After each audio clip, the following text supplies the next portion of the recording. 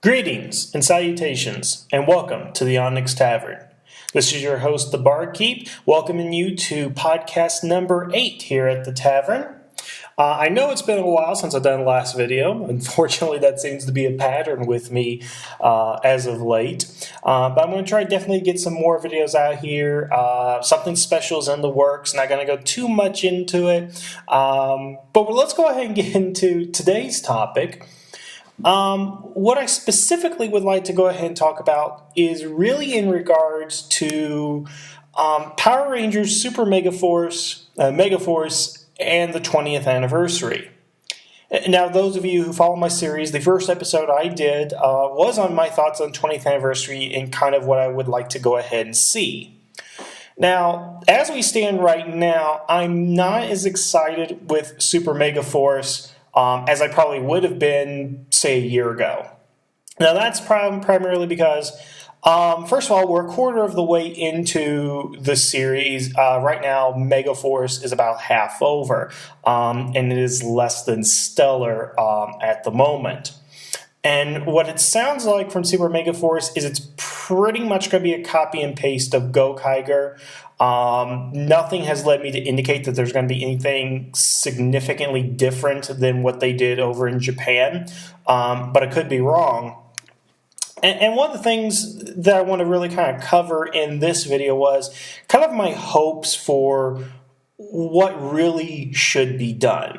Now, I'm not talking about what could be done, what won't be done, or anything like that, but here's the thing. Other than The Simpsons, there is no television show in the United States that has lasted as long as Power Rangers that has basically continuing story arc, continuing insight into a particular universe. Now, yes, you can argue that sports shows, the 700 Club, and things like that have lasted longer in soap operas and whatnot. But for what Power Rangers is, and for it to last as long as it has, is very significant, I think. And that significance is really lost on, one, the general public, and two, the creators of Power Rangers Megaforce. Now, of course, Saban is on board, who came up with the concept, but to be honest, I don't think he really realizes the reach of his influence, the reach of his product as it stands today, 20 years after the fact, basically. And what I'm kind of getting at here is I'm going to go ahead and list to you a couple of anniversary episodes from other franchises. I want to go ahead and say what was significant about them, what made them special in the eyes of the fan base and in the general public, and kind of compare that to where Power Rangers is and where it needs to be. Okay, one of the other franchises I loved as a kid, and this was before Power Rangers, was the Teenage Mutant Ninja Turtles. And several years ago, they had their, I believe it was the 25th anniversary special, Turtles Forever.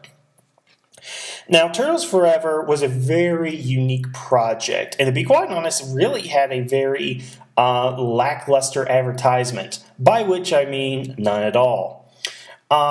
Turtles Forever, and I'm probably going to go into some spoilers on here, so if you haven't seen Turtles Forever, I would highly recommend to stop the video now and go watch it. It is amazing. But Turtles Forever basically is a celebration of the Turtles franchise, showing where it began all the way back in the comic books in 1984 up to the most recent animated series. And what it tries to do is blend all of the mythology, all of the backstory, all the history, and love of the Ninja Turtles into, I think, an hour and a half long feature. As Captain Logan put on his Superhero Rewind, it's an examination of where the franchise is, where it has been, and where it is going. Now, for all the flaws that Turtles Forever has, it really looks like they dig deep into the history of the Turtles to bring to light a number of things, to really make it into something special. They took the animation style, they took plot lines and key bits of information and character idiosyncrasies from the original '87 show and incorporated that into continuing plot lines that were involved in the 2003 show. And again, it's something that was definitely made for the fans. And when I say that beforehand it had no advertisement, it really, first time I heard about it, it was available on YouTube, and apparently it had launched like months earlier as a special on like the WB, something like that. And like nobody heard of it. Like, it took forever to get it on DVD. It's not even on Blu-ray, but it was like the most unhyped movie for an anniversary special I had ever seen, basically. And it really just kind of blows you away what kind of heart was put into that particular product, because it even goes back to the original comics, which is something that neither show had done, and no incarnation of the franchise had ever tied back into its original source material. So it really did give a feel of the past, present, and future of the team, of its mythos, and just how it had an effect on everybody, basically. And now, of course, the Turtles is a franchise that, in all honesty, is kind of out of steam at the moment. I've seen the new series on Nickelodeon. I'm not as impressed with it as I was probably the 2003 series, but so far it's a little bit more accessible than the 2003 series was. But again, as a child of the late 80s, early 90s, it does not hold a candle to the original Ninja Turtles, of course. But the idea that is a franchise that is still going quietly in the background, that the people are not really realizing, which is kind of where we are with the Power Rangers, is it is quietly in the background. But back to my kind of original point about Turtles Forever is, in the sense of this being an anniversary episode, it combined all the elements of the three major source materials at the time, not including the movies, of course, but there was a reference to the movies in there, and just tied everything kind of in a neat bow for the most part. Again, it's lacking a number of things, and I would suggest you go watch Phalus's video regarding Turtles Forever, or even Captain Logan's video is really good. But that is definitely one anniversary special that I would highly recommend. And I could tell, I'll say this about, to kind of end my point here and move on to the next one, is that it had a lot of love and heart into it. You could tell that was not a cash cow. It was not designed to make toys or to make T-shirts or anything. And it really has something, I guess, to do with the way it was marketed. It's a very unique entity. But again, as far as franchises go, I think that was a great way to celebrate the 25 years of the Turtles.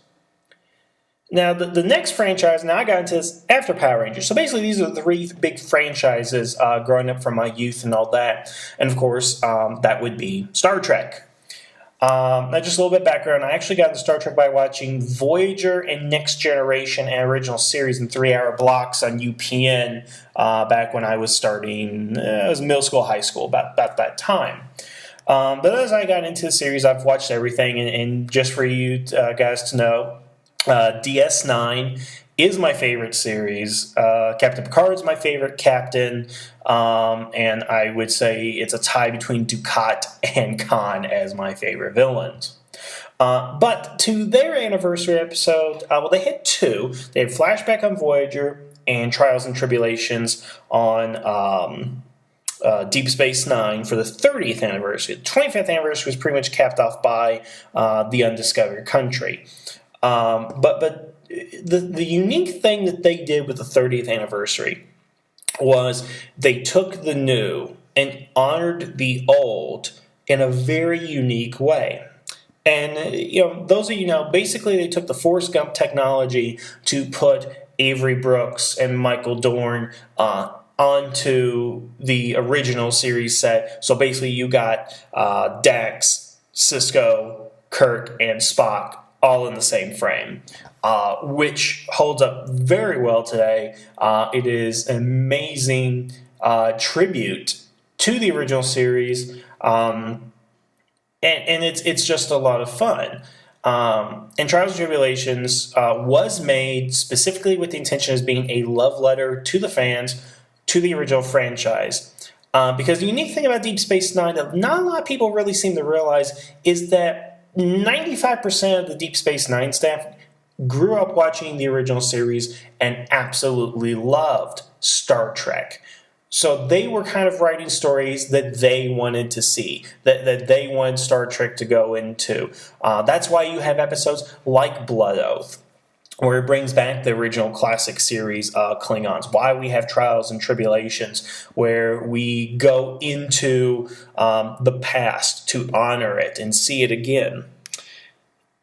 So it's amazing what they did, because again, and this is to my point, there was love and care put into it to honor the past series and the current series, and it was made up by the fans of the series. Not that Turtles Forever probably didn't have its fans, but you can tell with Trials and Tribulations, it definitely had people who knew what they were doing and knew the source material very well. Now, let's take a look at Megaforce and kind of what we know and kind of where we're going with it. First of all, as far as I can go ahead and tell, looking at the writing staff for Megaforce and probably Union Super Megaforce, is that none of them have any writing credits that I could find outside of Power Rangers. And the only person that has any past experience on Power Rangers did episodes of Wild Force and Samurai, or Super Samurai. But most of the writers pretty much cut their teeth on Samurai and Super Samurai. Now, unless there is something I'm missing, and feel free to tell me in the comments, these don't seem like a lot of writers that have a lot of experience behind them, because I can't find any credits on IMDb or anything outside of maybe a couple of children's programs, but anything significant. So one, it doesn't seem like we have a very strong writing crew on there. And by the way the dialogue is presented in the first few episodes of Megaforce, I would tend to agree that there is lacking of some sort on the writing staff's part. So it makes me very wary to know that these are the people who are going to be writing Super Megaforce. Unless they bring in some old people to do that, or some really good talent, I'm going to be very skeptical about how this is going to be written, how this is going to be handled. Now, the second issue is the real big one that's going out right now about all of the actors that I'm sure everybody has heard by now. So basically, they sent a mass email out to all the past actors, just saying, "Hey, you want to come do this?" Which is pretty much what it was, but come do this and you pay your own way. And then basically, it didn't work out. They actually invited and uninvited some people, and they couldn't get certain people to come down there. So it's a real whole mess. And some of the bigger issues that we're having is that really popular characters are not going to be appearing. David Yost, I understand why he's not coming. Totally understandable what his big issue is, but it's a real shame he's not going to be in there, because a lot of these issues that we're having with the casting is from the incompetence of Saban brands. Yes, I will go ahead and say it is from their incompetence. This is not how you invite somebody to do an anniversary special for something that they made popular and made them basically household names, household brands, faces, whatever. You do not send David Yost or Austin St. John or Walter Jones an email full of grammatical errors on mass email to say, "Hey, fly down to New Zealand within the next month so we can go ahead and film this." Saban, when they knew the 20th anniversary was coming up. They're making a big deal of the 20th anniversary, but they're not taking the 20th anniversary seriously based on all the evidence presented. Now, of course, I could be wrong. There may be other extenuating circumstances, but nothing that's been given to the public, none's been given to Power Force or anything like that has really suggested that this is anything beyond incompetence or them just not really caring. Which is really, I think, going to be the big fault of this, is that it doesn't seem like anybody really cares. They know they have the footage. They have to shoot some. They know it's the 25th anniversary. They have to do something, or the fans are going to revolt somehow. Frankly, they're just alienating us at the moment by not bringing back the characters we want to see. And for the record, I am all for Blake Foster coming back as like a grown-up Justin. That would be amazing. I don't know why that couldn't work out exactly. I don't know what his story is, but I'm sure it's a legitimate one. Well, I'm going to go ahead and stop ranting on this topic, but, as a fan, now here's the thing. I was about 6 or 7 when Power Rangers first came out. I was definitely into it, bugged my parents, bugged my grandparents, and I just kept with it over the years, through Zeo, Turbo, In Space. As soon as it started changing and growing, even when Alien Rangers was out, which apparently is not very popular, I was like, okay, new Power Rangers. Something new is coming. And what's unusual, it seems, is that there are a lot of people who didn't stick with the franchise year in and year out. It's to the point to where we have a lot of new Power Ranger fans are only aware of the newer stuff, not of the original stuff, but thanks to Netflix they are. And then we got people who lost interest and then came back because of certain series, like my friend Raptor. He was out of it for a while, and he came back around RPM. Interesting jumping on point. And, it's just, I would say that the people I know personally, or those I've had the most contact with through the message board and so forth, not many of them are fans who have been a fan since August 30th, 1993, from that time forward. There are people who, again, dipped out, dipped in, and so forth, but very few consistent fans. So I'm going to go ahead and speak on the presumption that I am a diehard fan. Because that is the case. That's my big thing.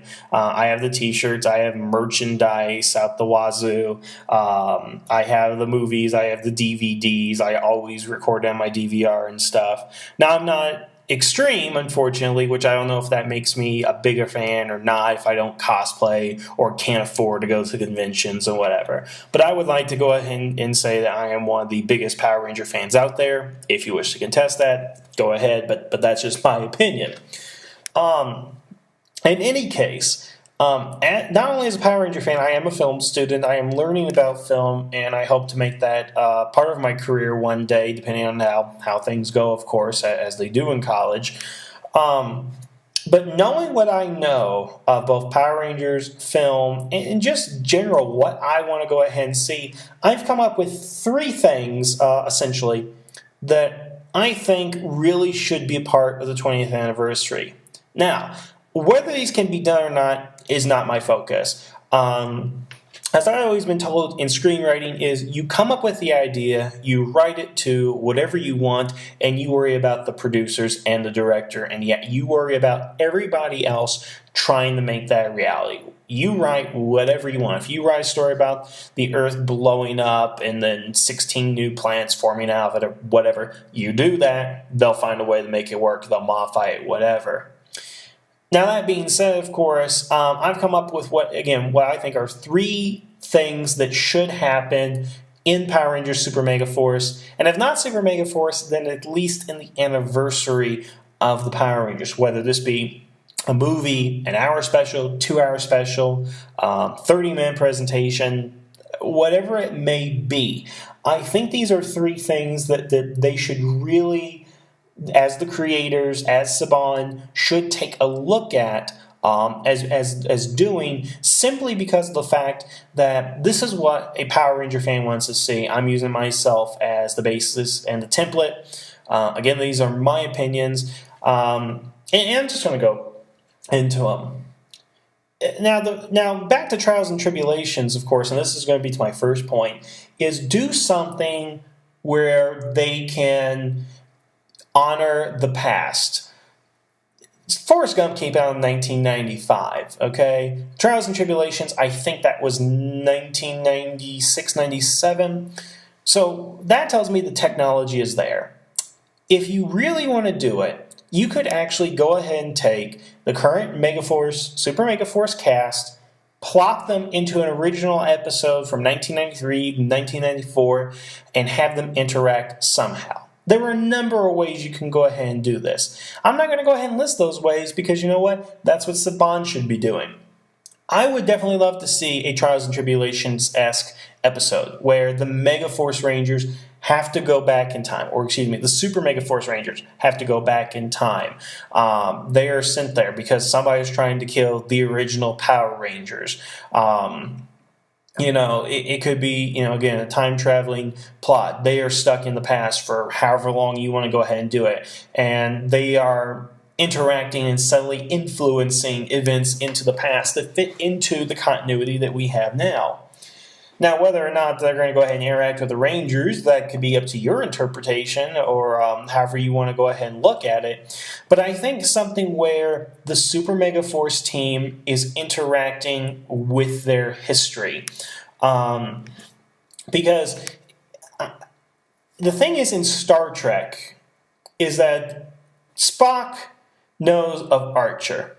Sisko knows of Spock. Janeway knows of Sisko, and so forth and so forth. That is the lineage. They know what these people have done. They know of their great past and their great accomplishments.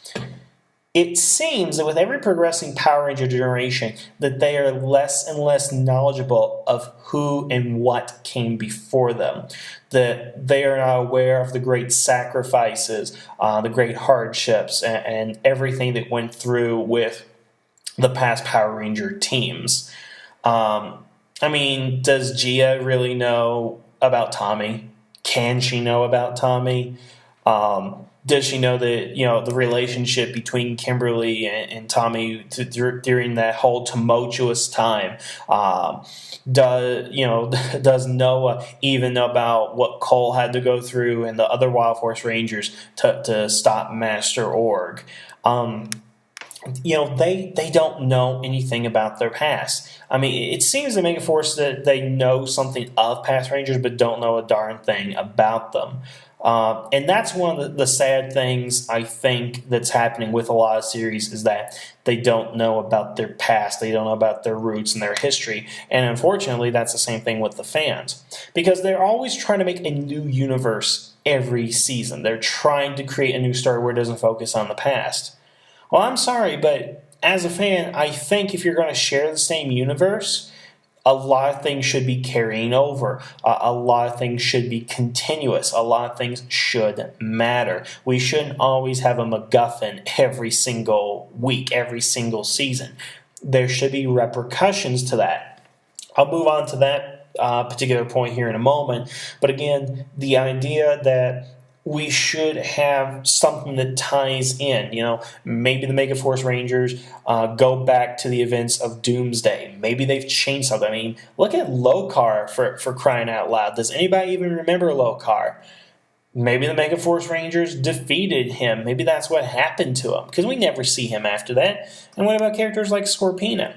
Maybe the Megaforce Rangers destroyed her after Season 2, and that's why she's not there. Something that puts the Megaforce Rangers into the past and makes them an integral part of Power Rangers history, as well as learning that history from afar. Obviously, they can't interact with the past Rangers, but again, something to where the past and the present and the future are all tied in somehow. That maybe we learn the original Mighty Morphin Rangers would have never been able to do something if it wasn't for the secret interference of these Rangers. Much like how they're doing the crossovers in Sentai, where they'll do the big crossover movies, and the future team will appear in. Nobody knows if they're there, but they have done something important to save the team from some greater villain who is about to go ahead and attack them. Things of that particular nature.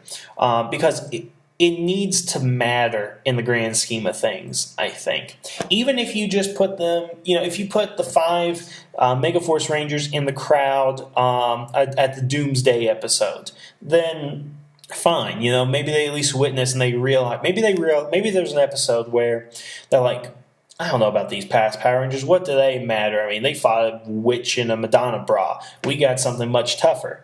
But then they go back in time, they see how bad it is, they face Goldar, they face Rita, whatever and stuff, retcon, whatever, and then they have a new appreciation for the Power Rangers and for themselves. Because if there's one complaint that I have about the Megaforce Rangers is that they're not really taking things seriously, and this would be a great opportunity for an event for them to take themselves seriously and take what they're doing seriously by knowing and understanding, oh, this is what has happened before. We need to be like these people.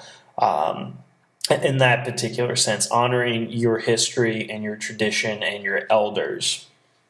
And we can accomplish that a number of ways. I just kind of like the idea of doing something that has never been done on Power Rangers. Again, time traveling, Forrest Gump technology to accomplish that. So that's kind of the first thing I wanted to go ahead and bring up of what they should be doing. And the next one is kind of like following up on past plot lines. Again, they're always creating a new universe, and there are writers who are throwing things in there that don't matter a few episodes from later. And I'll give you an example of one, the Robot Rangers. Now, the Robot Rangers were from Power Rangers Turbo, and they were just kind of introduced as doppelgangers to really just mess with Justin, Robot Justin, basically.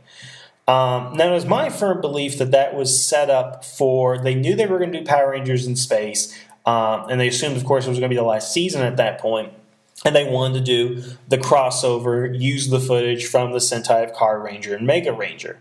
So they introduced the Robot Rangers, said they went to Eltar, and that was it. We never heard from them again. Other things. Again, the aforementioned Lokar. Who is he? What is he? Where is he from? How did Rita become the Mystic Mother? What eventually happened to the Phantom Ranger? Scorpina. Explain the loss of the Zeo powers. What Megaforce has the opportunity to do, and Super Megaforce, is to, in their own show, resolve plot lines or continue storylines. So like what I said with Scorpina, what if it was that Scorpina went to the future or something and battled the new Rangers, and then that's why we never see her again because she's trapped in the future or she was destroyed. The Phantom Ranger, something was written about the Phantom Ranger, obviously, because Countdown to Destruction was supposed to have 3 parts in which he was supposed to reveal himself and what his identity was. And then we look at the Robot Rangers. What happened to them? Show us, get somebody back, get, Blake Foster. Well, I guess that wouldn't work since they're a robot. Why would the robots age? But, look, Power Rangers has an expansive mythology and universe surrounding them. It's just mind-boggling. It's just as deep as the Marvel or DC universes, the Star Wars expanded universe, and all that great stuff. So why not mine that for potential? If you want to go ahead and show, this version of Akared, make it the Phantom Ranger, but just don't put him in there because he's a Phantom Ranger. Make that plot line matter. Make it that he can't reveal his identity because what if he's secretly Troy in disguise going in the past to fix things that have gone wrong or something? He gets the Phantom Ranger armor for like an episode or 2 and goes back in time and then comes back and say, hey, I changed things. Because maybe that's the universe that the Megaforce Rangers in, something where the United Alliance took over, somebody fought them, and they're free, but he has to go back and change it. I know time travel's coming a lot into this, but fortunately time travel does seem to be the way to do certain things, but not everything. This podcast is usually off the top of my head, things that just come to me as I go ahead and do it. But I'll try to avoid repetition and all that.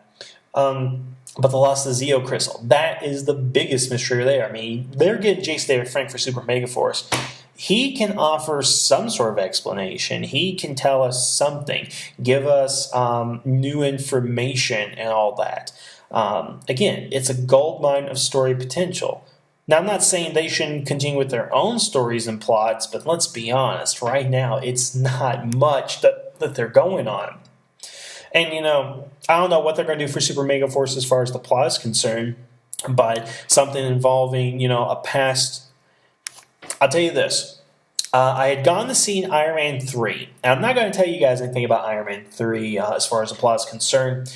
But the one thing that Tony Stark is trying to get across throughout the film is that your past mistakes come back to haunt you. Your demons. The things that you caused in the past to happen have repercussions and consequences in the future. And that's what Iron Man 3 is all about, and Tony Stark learning from his mistakes. That needs to be something that I think should happen in Power Rangers, because if we're trying to go ahead and give lessons to kids, teens, even the adults now, that's a great lesson to learn. And what if we find out that something that happened in the past is going to come back to haunt the Megaforce Rangers, and one of the past Rangers has to come back and fix it?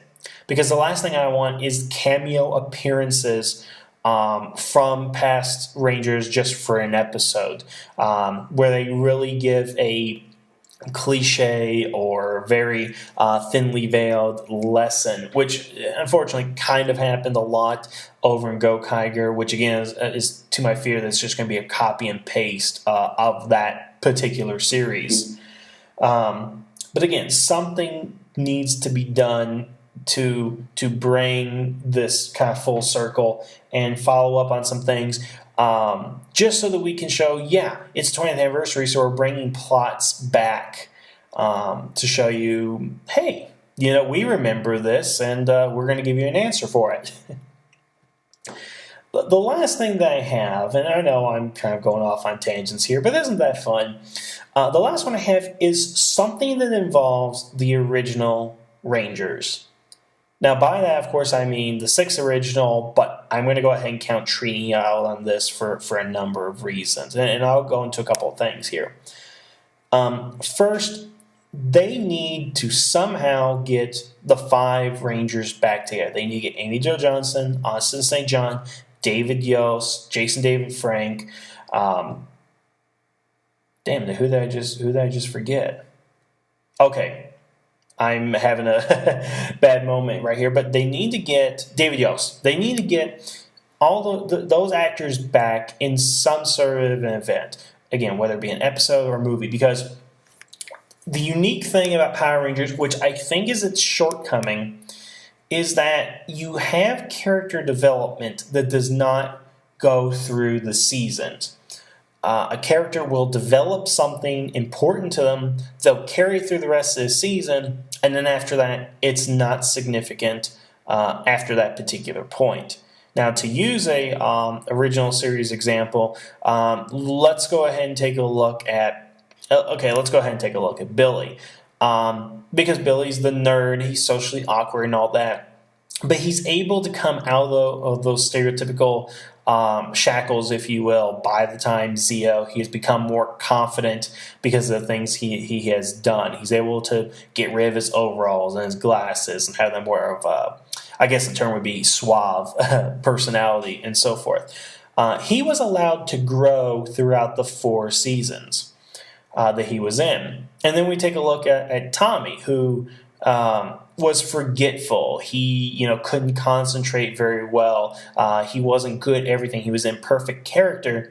Then by the time we get him to Dino Thunder, and actually, let's go back. By the time he gets to Zeo and Turbo, we know that he is the man in charge, that he has overcome those flaws and has become a greater person for them. But let's take a look at characters like Joel from Lightspeed Rescue. He learned something.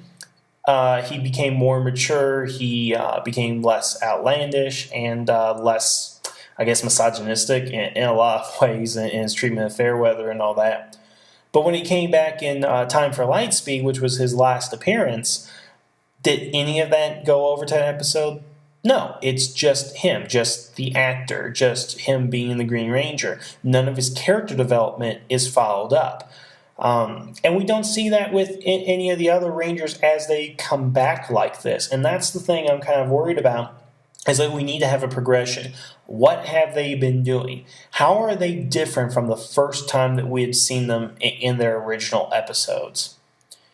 And ideally, what I would like to go ahead and see is I would like to see Billy, Zach, Jason, Tommy, and Kimberly come back as the original Rangers they were to do something. Now, what that something is, I don't know. I haven't given too much thought about it. But come back, interact with the Megaforce team, teach them a lesson in something. And I will say is, I don't think they should recast the role of Trini. I think there should be some respect and regard for her character and the actress that played her, if only by saying maybe the precipitating event to bring them all together is her death. Maybe Trini in the Power Rangers universe has also died. And that's the big thing. That's what's happening. Sort of like if you watched Justice League, when the Flash died in the alternate universe, that's when the Justice Lord started taking control. That was the precipitating event, that Flash was killed by Lex Luthor, who then became president, or he was already president, something like that. And it would be nice to see that the five come back, they join forces once again, and they do something with what they have learned. They do something with the Megaforce team. They try to make a difference again. And this kind of, I guess, goes to a darker shade of it because, even if Jason David Frank comes back, what are they going to do with him? Is he just going to be in an episode saying, I'm Jason David Frank. Hi, bye. Gotta catch my plane back to L.A.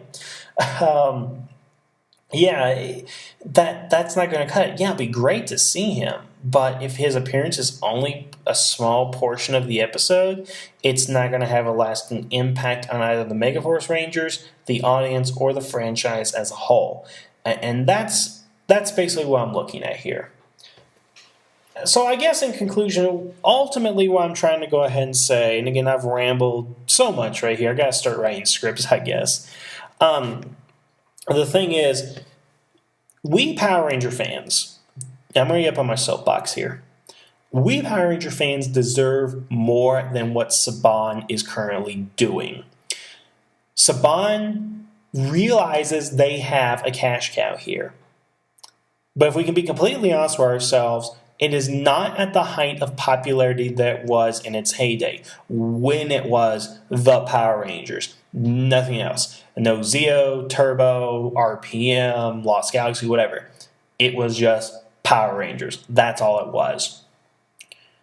But 20 years after the fact, it's Power Rangers, but which one? There is no unifying factor within the series. There is no unifying thought over really how the series should be done. And there seems to be a lack of leadership behind the franchise. What needs to happen is Saban needs to take a long, hard look at what he has done with the franchise up to this point since reacquiring it. And needs to say, we have people that have followed us diligently for 20 years. We are part of popular culture. We are part of culture at this point. And it's only going to get bigger. Because even if Super Megaforce is the last series of Power Rangers, which I sincerely doubt at this point, it's still going to go on. It's going to be remembered as one of those great franchises that has stood the test of time. Because it's still around. It's still on television. There are still fans of it. They have conventions now. A lot of franchises are not going to last like that, and many haven't. Many of them died out, had revivals in films, and then just kind of died out or, got a small niche with direct-to-video DVDs, basically. I'm looking at you, G.I. Joe and Transformers. But it is a special franchise. It is a unique franchise that is unparalleled at this point in its history. Again, you have The Simpsons. You have Star Trek. You have all these other monstrous franchises with great history behind them. But the thing is, the difference between those franchises and Power Rangers is they have people at the top who are not only trying to make money, because this is a business, but they're trying to produce good programming. Things that make them laugh, things that make them cheer, things that make them sad.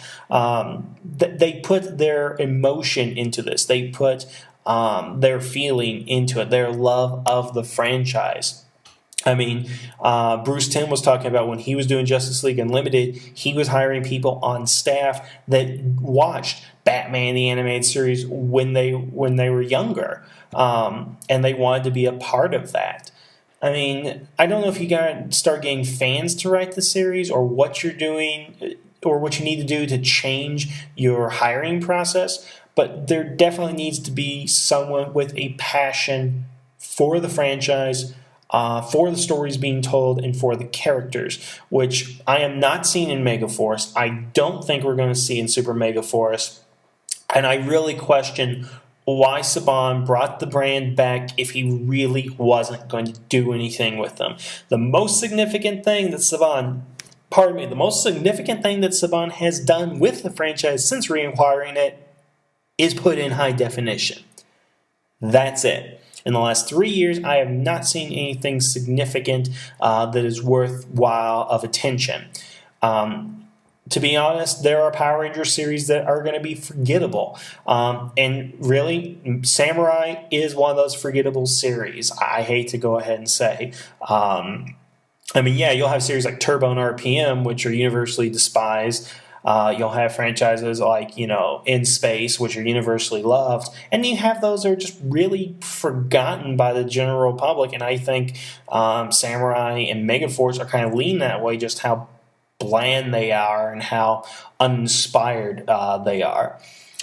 And again, that's the key, that uninspired. There is no passion in this. And that's why I like Mike in Samurai, because he seems to be the only passionate person on that cast. Yeah. Well, okay. I think that's enough of my ranting here for tonight. So again, these were just kind of my thoughts off the top of my head of what I want to go ahead and see, what I think should happen, and what I think we deserve to happen as loyal fans of this amazing franchise. Now, if you disagree, definitely post into the comment section. I really want to hear what people have to go ahead and say about this. So again, go ahead and let me know. And as usual, if you have any comments or ideas for future videos to go ahead and do, please leave those as well. But I think I'm going to go ahead and leave you guys tonight. Enjoy yourselves. Have a good week. And the tavern is now closed.